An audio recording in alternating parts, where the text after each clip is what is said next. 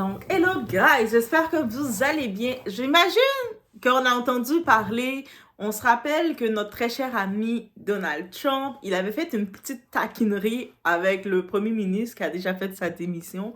Donc, d'ici le mois de mars, il va partir complètement. On parle de Justin Trudeau.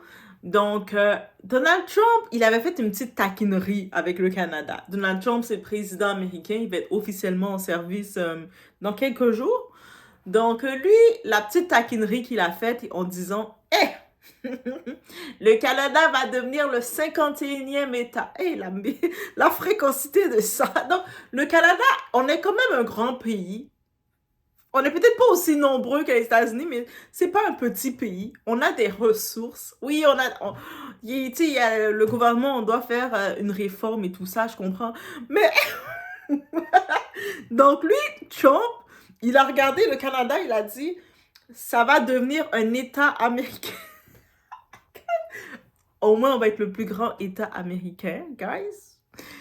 Mais est-ce que, tu sais, déjà, on va parler de ça, guys. Je sais pas si on doit parler en taquinant, en riant, mais ça a l'air réellement sérieux. Surtout avec Justin Trudeau qui a dit « Durs, ah ouais, vous voulez que je m'en vais? Mais Durs, moi je m'en vais. Ok, je m'en vais. » J'ai le sentiment qu'il y a quelque chose qu'on nous dit pas et que la façon dont Trump semble insistant, il n'est pas insistant pour rien. On va parler de ça, guys. On est chez la Doha. It's about everything.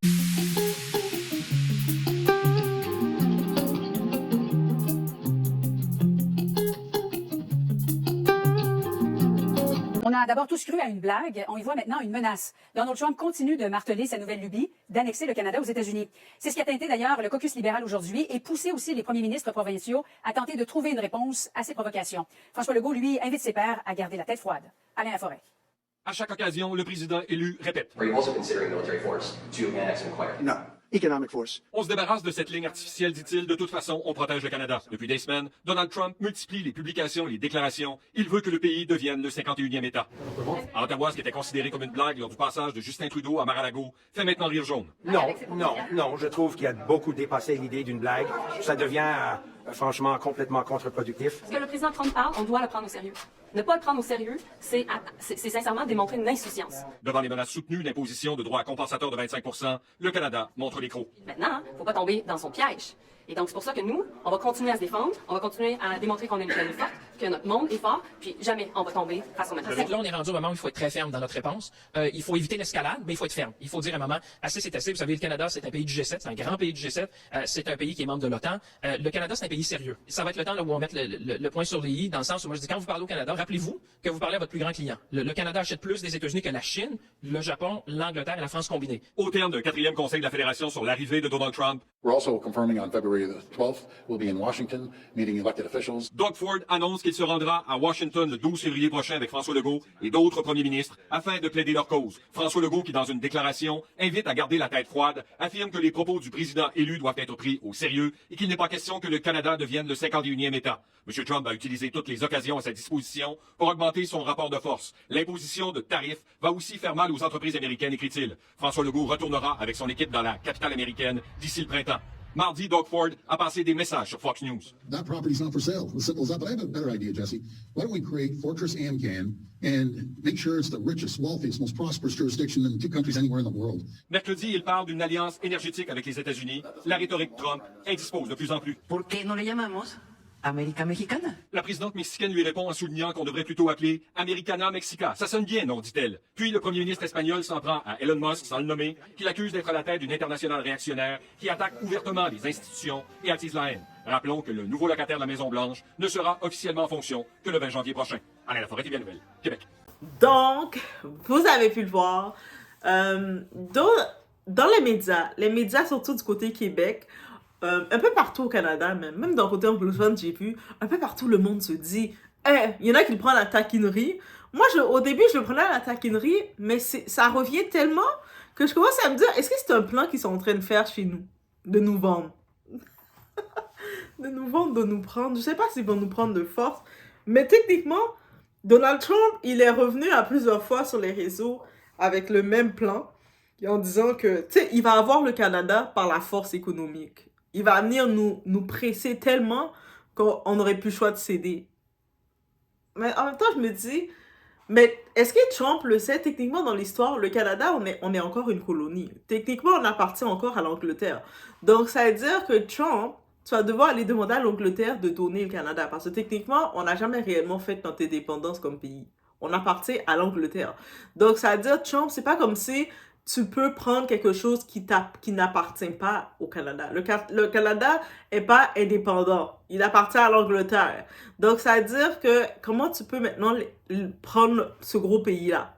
Et puis, est-ce que maintenant, les États-Unis, est-ce qu'ils vont utiliser une certaine pression auprès de la monarchie pour dire, hey, tu sais, le territoire que vous avez là, tu sais, le beau territoire que vous avez là, dans le nord là, vous allez presque pas, même le prince Harry voulait même pas aller rester au Canada, il disait que c'était trop froid et puis c'était trop cher. Donc, donnez-nous-le, on va en faire un État. Et, tu sais, quand on regarde ça comme ça en 2025, on veut en rire, mais parce que je me rappelle, il y avait mon prof d'histoire qui nous disait, tu sais, c'est bon de savoir les points de l'histoire parce que l'histoire se répète toujours. Tu sais, il y a quelques années de ça, à la base, le Canada, tu sais, l'État de New York appartenait au Canada. On l'a laissé partir. Ben, on l'a laissé partir. Je dis ça comme si c'était moi, mon frère et mon père et tout ça qui l'ont laissé partir. Bref, mais ils l'ont laissé partir. Tu sais, toute la côte, là, de l'Est était au Canada. La Louisiane, tous ces endroits-là, ils l'ont laissé partir. C'était, tu sais, on l'a laissé partir. Ils l'ont perdu aussi, une partie ils l'ont perdu. Là maintenant, avec tous les problèmes économiques, vraiment, on a quand même des ressources. Et les États-Unis, ils donnent, à cause des ressources canadiennes pour l'électricité, tu sais, il y a 300 milliards que le Canada reçoit des Américains. Et là maintenant, Trump est comme en mode, donne-nous le pays, on va en faire un État, on va le gérer pour vous. Je vous dis, peut-être c'est le changement qu'on a besoin, c'est-à-dire qu'on va pouvoir un petit peu être avantagé parce que, tu sais, si je regarde ça comme ça, on va être avantagé. À quel point on va être avantagé? On veut du nouveau, on veut de la nouveauté parce que là, ça va pas bien. Tu sais, comme on est prêt à avoir n'importe quelle nouveauté. Peut-être le go que Justin Trudeau, depuis 2015 jusqu'à maintenant 2025, il est au pouvoir. Là, enfin, il laisse sa place. On t'aime bien, Justin, mais tu sais, 2015, 2025, je pense que tu as fait ton temps. On t'aimait bien, mais tu sais, ça c'est resté long. Et c'est peut-être pour ça que les Américains, ils font leur mandat maximum, pas plus que 2 mandats par président, justement pour éviter cette redondance. Et je pense que c'est pas mal de faire ça. Mais là, j'y vais avec ce côté-ci, ça serait le mouvement le plus bold, le plus gros mouvement que Trump... Si Trump serait capable de faire le Canada devenir un 51e État américain... Non, mais est-ce que vous imaginez... Non, je sais pas si vous imaginez qu'est-ce qu'on imagine. Donc, le Canada s'éclipse et devient un État américain. Tu sais, on aurait plus, tu sais, il y aurait plus d'opportunités parce que toutes les business américaines vont tout tenir, ils vont plus être sur la législation avec toutes les, on va plus être surtaxé, payer des taxes. Oui, en tant que tel, la santé ne va plus nécessairement être dans le système gratuit, mais de toute façon, le système gratuit, c'était que au Québec. Toutes les autres provinces, ils ont leurs assurances un petit peu, ils sont au mode anglophone. Je sais, le côté qui fait plus peur, c'est le côté francophone, donc surtout le Québec, parce que ils savent que maintenant, ils deviennent un État américain, c'est-à-dire le Québec, ça va être une ville. Et c'est peut-être si le Québec est capable d'essayer de créer un point pour se séparer complètement, pour devenir un petit pays. Mais, t'imagines tout le Canada qui devient un État américain et le Québec tout seul qui est un petit pays. Il va se faire acheter par qui? Peut-être la France aller retourner acheter le Québec, comme la Nouvelle-France, comme le Québec, il s'identifie à la France. Et la France, Macron, ça tente pas de récupérer tes terres. Mais, je ris de ça, mais c'est... Il y a quelque chose qui se passe. on n'a pas le choix d'en parler parce que ça revient beaucoup dans l'actualité. Puis, même si je suis pas trop à l'actualité, de temps en temps, ça, it's about everything, vous le savez, avec Doha. Et puis, je le vois à plusieurs reprises que ça se répète, des analyses qui se font, le monde un peu partout, je vois des débats. Je suis comme, non, mais imagine vraiment, on est un État. C'est le côté positif, mais on va pouvoir, comme le fait qu'on ait un État, mais on va pouvoir bénéficier des mêmes prix que les Américains pour voyager et tout, parce que nous, ça nous coûte cher au Canada. Donc, on paye toujours plus cher pour rien. Peut-être que de ce côté-ci, on va être comme tout dans le même État que on va être les États-Unis. Donc, j'imagine, on devient un État, notre identité va être un souvenir. Parce que là, maintenant, on va être sous l'emblème. Ils vont rajouter une étoile de plus dans le drapeau américain. Et puis, ils vont dire, yes, oui, USA. Toute l'Amérique du Nord appartient à USA. Et c'est ça. Ça va les donner une certaine force. Et surtout, c'est ça que je peux dire. Ça va les donner vraiment une certaine force. Nous, peut-être c'est le changement qu'on a besoin parce que ça devient compliqué. La gestion du pays, on est endetté, on est surtaxé. Même si le pays est endetté à cause des décisions qui ont été prises qui considéraient pas nous, les citoyens, on voit que le Canada, il nous surtaxe. Le gouvernement là, canadien, laissez Trump nous gérer. Laissez les Américains nous gérer rendus là. Au moins, je sais pas, laissez-les nous gérer. On est fatigué. Tu sais, on est vraiment là, on est la génération là vraiment téméraire. Tu sais, on est dans la génération téméraire, on est à bout de garder, de voter pour les mêmes choses, qu'on se rend compte que finalement, ce que nos parents votaient pour, mais il n'y a pas de changement réel. Là maintenant, on est en mode, tu sais quoi, ça fait pas mon affaire, donc je te veux plus, je veux changer. Oh my God! On est vraiment dans l'autre bâtiment je peux même pas expliquer dans quelle génération qu'on est. Donc, juste d'imaginer dans notre tête, c'est comme ça qu'on pense. On a juste dit, on va donc faire... on va donc... Et puis en plus, tu vois les analyses que les gens font, mais le Canada va devenir un État. Donc, c'est vraiment sérieux. Donald Trump est vraiment sérieux. Il veut... Oh my God. Et le monde là, je vous dis, ni dans le côté d'immigration, ça va être un autre niveau là. Déjà que le plan des Américains, c'est de faire le ménage. Là maintenant, ils ont le contrôle complètement de toute l'Amérique du Nord. Mais là par contre, le problème qui risque d'arriver, quand le Parti démocrate va revenir, ils vont refaire du désordre comme l'autre petit tweet avait fait, là. Comment il s'appelait? Joe Biden? Ouais, Joe Biden, là. L'autre tweet, quand il a ouvert la frontière, n'importe quoi rentrait, n'importe comment les gens rentraient, ils vont refaire la même chose. Donc, et c'était si les républicains, ils prennent... Parce que lui, Trump, il aurait juste un mandat à 4 ans. Donc, il faudrait que les républicains, après le mandat de Trump, un autre républicain passe pour prendre un autre 4 ans. Au moins en 8 ans pour faire tout le clean-up. Du côté Canada, ben, on sait qu'en mars, il y aurait le Parti libéral de Justin Trudeau. Il va nommer quelqu'un d'autre dans son parti. Et puis, suite à ça, mais comme c'est nommé, parce que c'est le parti de Trudeau libéral qui avait été voté, ils vont nommer quelqu'un, ils vont faire un vote entre eux. Dans tous les élus, là, donc les élus, les députés, ils vont nommer quelqu'un du parti de Trudeau, donc libéral. Donc, c'est le même parti. Pour moi, il n'y a aucun changement. Donc, suite à ça, ils vont devoir mettre en pied le parti qui va être nommé, le chef qui va être nommé du parti, va devoir mettre sur pied des vraies élections. C'est la démocratie. Et dans les élections, on va pouvoir, nous, aller voter. Et là, maintenant... Qui qu'on a en tête? En tout cas, moi, c'est qui que j'ai en tête? Je vous laisse l'écouter. Je suis en compagnie de M. Pierre Poilievre, le chef du Parti conservateur du Canada. Donc, on discutait un peu des enjeux qui touchent notre génération. Donc, qu'est-ce que votre parti propose aux jeunes de la génération? Je veux libérer l'ambition. Et j'aime bien le nom que vous avez choisi, Génération Ambition.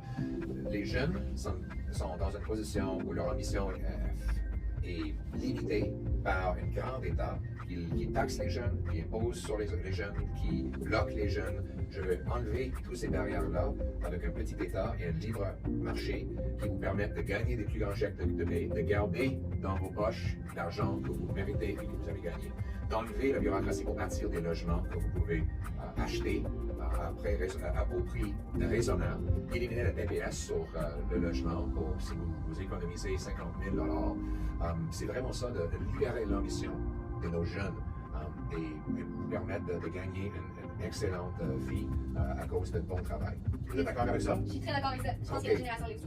Génération, ambition. Et oui, moi, je pense que le parti conservateur doit revenir faire le ménage. Honnêtement. Je pense pas que le Canada va être un 51e État, mais je pense qu'on a besoin de changer complètement. Là, on est resté trop longtemps sur le Parti libéral. Je sais que beaucoup de fois, les gens restaient sur le Parti libéral, soit par... tu sais, c'est comme nos parents, ils disaient « Oh, il faut voter libéral, parce que libéral, il pense aux immigrants, il pense à nous. » Mais on a vu que c'est de l'hypocrisie qu'ils font avec nous. Ils ne pensent pas réellement à notre intention parce que quand on est là, on travaille, on paye les taxes, on est surtaxé, là, tout devient cher, tout devient... On n'arrive plus à rien pouvoir gérer. Donc, ils ne pensent pas à nous pour de vrai. Quand on est dans le pays, on se rend compte qu'ils ne pensent pas à nous. C'est des fausses promesses qu'ils disent. Ils font semblant de parler de « Ah oui, le pays immigrant, on accepte les immigrants, mais le monde qui sont sur place, on est quoi, nous? Nous, on est là en train d'être surtaxés. On n'arrive même pas à faire notre épicerie. On est là, on ne traite pas bien le monde qui sont sur place. » Donc, moi, définitivement... le côté conservateur, ça serait vraiment le parti. Et là, moi, je pense que le Canada va rester son pays comme il est. États-Unis, gérez votre pays avec les républicains, parce que je pense que les républicains, c'est une bonne formule qui sont là.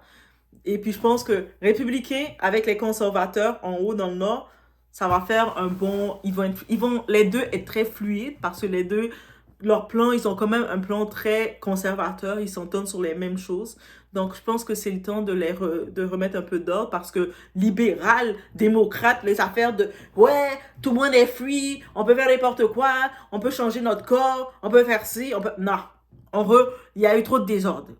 Je suis pour une certaine liberté, mais quand on ne met pas d'ordre dans la liberté, ça fait trop de désordre, ça fait trop un brouhaha, ça fait investir dans les mauvaises choses. Et puis là, maintenant, on est en train de payer les conséquences. Donc, on a besoin de remettre un peu de rigidité, un peu d'ordre. Peut-être dans quelques années après, vous allez me voir me plaindre. Oh, il y a trop d'ordre. Mais on a besoin d'un peu d'ordre.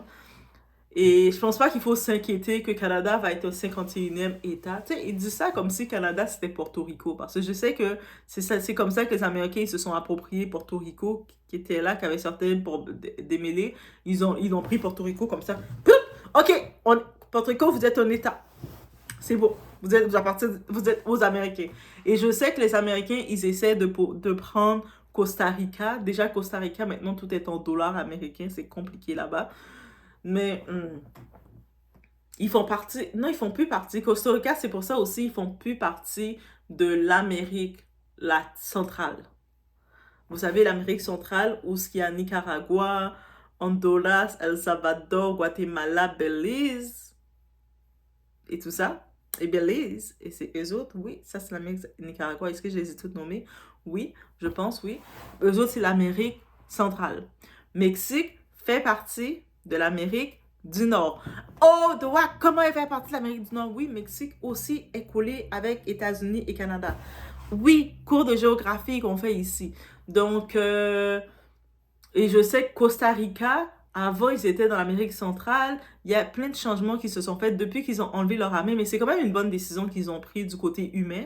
Parce que l'argent qu'ils auraient investi dans l'armée, ils l'ont investi dans l'éducation de leur pays et dans les soins médicaux. Donc, tu sais, tant qu'à investir dans l'armée et que ton peuple, il souffre, ils ont décidé de faire ça. Donc, je trouve concernant Costa Rica, en fait, une très bonne décision.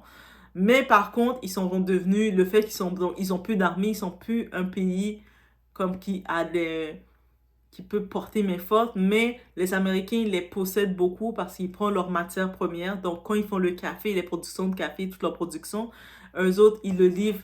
C'est les Américains qui viennent le prendre en premier avant tout le monde. tous les autres pays viennent prendre en premier et les habitants sur place, ils n'ont pas la bonne qualité des produits qu'ils produisent. Mais c'est pour ça qu'ils ne sont pas endettés, qu'ils sont quand même pas affamés. Mais c'est triste, comme tu arrives au Costa Rica, tu es un habitant, un local, mais tu vas pas aller à l'épicerie pour pouvoir avoir les plus bons cafés, là. Ils vont te vendre, tu vas avoir des fois la marque garbage, des fois tu vas même avoir la marque, mais pas garbage, tu vas avoir le moins cher, le moins bon. Tu vas pas avoir la qualité que tu produis chez toi, parce que tu dois le vendre aux autres. Donc, ils sont devenus un petit peu comme une manufacture. C'est ça qu'ils ont fait avec le Costa Rica. Comment je le sais? Ça, je l'ai appris sur place. C'est pour ça que c'est bon de voyager, guys. Quand vous voyagez, vous découvrez des choses comme ça. C'est pour ça que je vous conseille. C'est Doha, quand il voit qu'il connaît les choses, parce que quand il voyage, Doha est partout, elle est It's About Everything. Et c'est comme ça que je l'ai su. J'étais comme, oh my God. Mais ce qui tient que les Américains, ils peuvent pas prendre, par exemple, dans les Amériques, ils aimeraient ça, avoir contrôlé ils aimeraient le continent de l'Amérique, ils aimeraient contrôler tout. Mais l'Amérique centrale, qu'est-ce qu'ils ont fait? Ils se sont tous unis ensemble. Et ça, c'est une bonne chose aussi qu'ils ont fait. L'union fait la force. Et ça, ils l'ont compris. C'est pour ça qu'on a le Nicaragua, El Salvador, Honduras, Guatemala. Est-ce que j'avais nommé avant? Mais Guatemala, c'est mon pays d'adoption. Donc, c'est sûr que Guatemala et Belize. Donc, ces pays-là, eux autres, ils se sont tous unis ensemble, ils sont comme ça. Même si Belize, on pense qu'on le considère plus comme étant dans les Caraïbes, mais ils sont... Est-ce que Belize fait partie de l'Amérique centrale? Non, Belize fait partie des Caraïbes. Pardon, mais ils sont dans le territoire en tant que tel. Mais je pense qu'à un moment, ils faisaient partie, mais non, ils semble qu'ils ne font plus partie. Si vous le savez, je vous mets comme question quiz. Oui, on fait des quiz ensemble. Mais bref, je voulais vous parler du Canada qui risque d'être le 51e État et moi, je suis en train de vous parler de géographie. Moi, je serais un bon professeur. On parle de tout comme ça. On peut s'instruire, vous voyez comment on peut s'instruire en sa maison. C'est ça la beauté. Même avec l'actualité, on peut s'instruire et c'est ça qui fait qu'on reçoit plus d'informations, je pense. Mais bref, laissez-moi savoir, est-ce que vous aimeriez savoir Canada comme 51e État américain, comme le Trump semble vouloir le réclamer pour nous? Ou est-ce que vous dites au Canada, mais battez-vous, restez un pays semi-indépendant parce qu'on n'a pas réellement fait notre indépendance, on appartient encore à l'Angleterre, donc techniquement, on est une colonie. Aussi simple que ça. Donc, étant une colonie, techniquement, les Américains peuvent faire leur vengeance parce qu'on sait que les Américains, avant d'être un pays, la puissance qu'ils sont, ils étaient 13 colonies. C'est pour ça qu'il y a les barres, là. Les barres bleues qu'ils ont dans leur pays, là. Blanc et bleu, tout ça. Et puis en plus, ils avaient été par qui? Ils avaient été par... Quand ils avaient fait leur indépendance, ils avaient été aidés par l'armée française. Les grosses armées! Guys! Quand les 13 colonies qui étaient l'Angleterre, ils voulaient faire leur indépendance pour devenir les Américains qui sont, mais ils arrivaient sur les terres, ils ont besoin d'aide, du monde pour les aider. Il y a eu ils ont pris de l'aide partout, mais il y a des gens qui les ont aidés. C'était l'armée de Napoléon, l'armée française qui a aidé les Américains à avoir leur indépendance. Et regarde maintenant où est-ce qu'ils sont rendus avec leur argot, comment ils traitent les Français. Le gratitude! Mais au moins, il faut le savoir. Donc, oui, il faut le savoir. Et puis là, maintenant, en regardant le tout, guys, c'est pour ça qu'il y a les 13 dans les barres, il y a les 13 lignes. Donc, pour représenter les 13 colonies, les 13 États principaux originels. Et c'est ça. Et ceux qui ne voulaient pas faire la guerre, donc on les appelle les loyalistes, eux autres ont fait « Non, on ne veut pas se battre contre l'Angleterre. On veut pas se battre contre l'Angleterre. » Et puis... l'Angleterre était content d'avoir des loyalistes, du monde qui sont loyaux en eux, qui ont foi en eux et qui les aiment. Et ces personnes-là sont devenus les Canadiens anglais. C'est comme les British. Ça veut dire que maintenant, je me dis, est-ce qu'on aime encore l'Angleterre? Habituellement, excepté pour le Québec, qui a une autre histoire, mais le Canada, à la base... le côté anglophone, ils aiment encore beaucoup l'Angleterre. Ils aiment beaucoup le côté british. Ils aiment beaucoup ça. C'est pour ça que dans notre signe, on a la face de la royauté, de la famille royale. Est-ce que ça va toujours rester malgré les changements avec le roi Charles, tout ça? We don't know. Mais habituellement, oui, je pense qu'ils aiment beaucoup. C'est pour ça la famille royale, chaque année, ils viennent faire leur visite où est-ce que ça coûte l'argent au Canada. Et puis, ils aiment toujours le faire aux dernières nouvelles.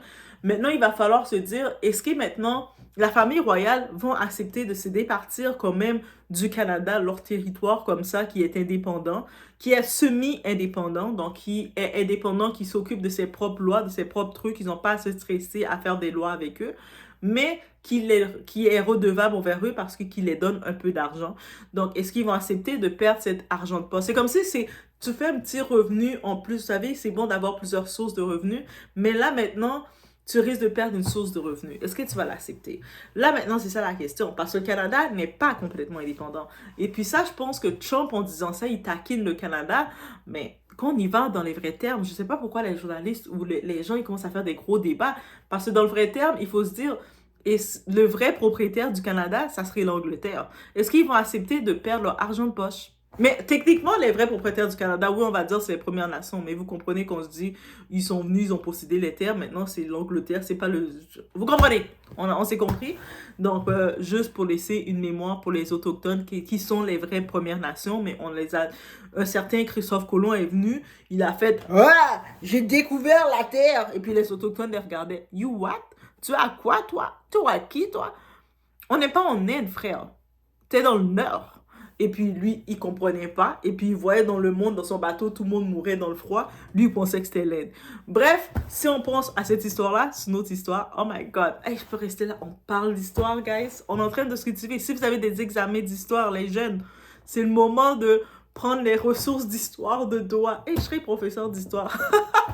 Je me verrai professeur d'histoire en vrai. Donc, hey, vous avez des enfants qui disent « Ah, j'aime pas trop l'histoire. » Amenez les doigts. On va vous raconter l'histoire de façon que vous allez vous rappeler de tout ce qui s'est passé dans l'histoire. Vous allez faire, ah ben oui, ça se passe comme ça, comme ça. Votre prof va être surpris. Il va dire, mais qui t'a enseigné l'histoire? Toi, vous allez dire, merci Doa. Peace. Je vous laisse sur ce. Laissez-moi savoir qu'est-ce que vous pensez de cette nouvelle. Moi, j'appelle ça des tacs. Des tacs passifs-agressifs de notre très cher Trump. On le connaît très bien. Il aime provoquer les gens. Mais dans le vrai écrit des choses, c'est pas aussi simple de venir prendre quelque chose qui est déjà à l'Angleterre. Donc, ils vont devoir faire un deal ou quoi que ce soit.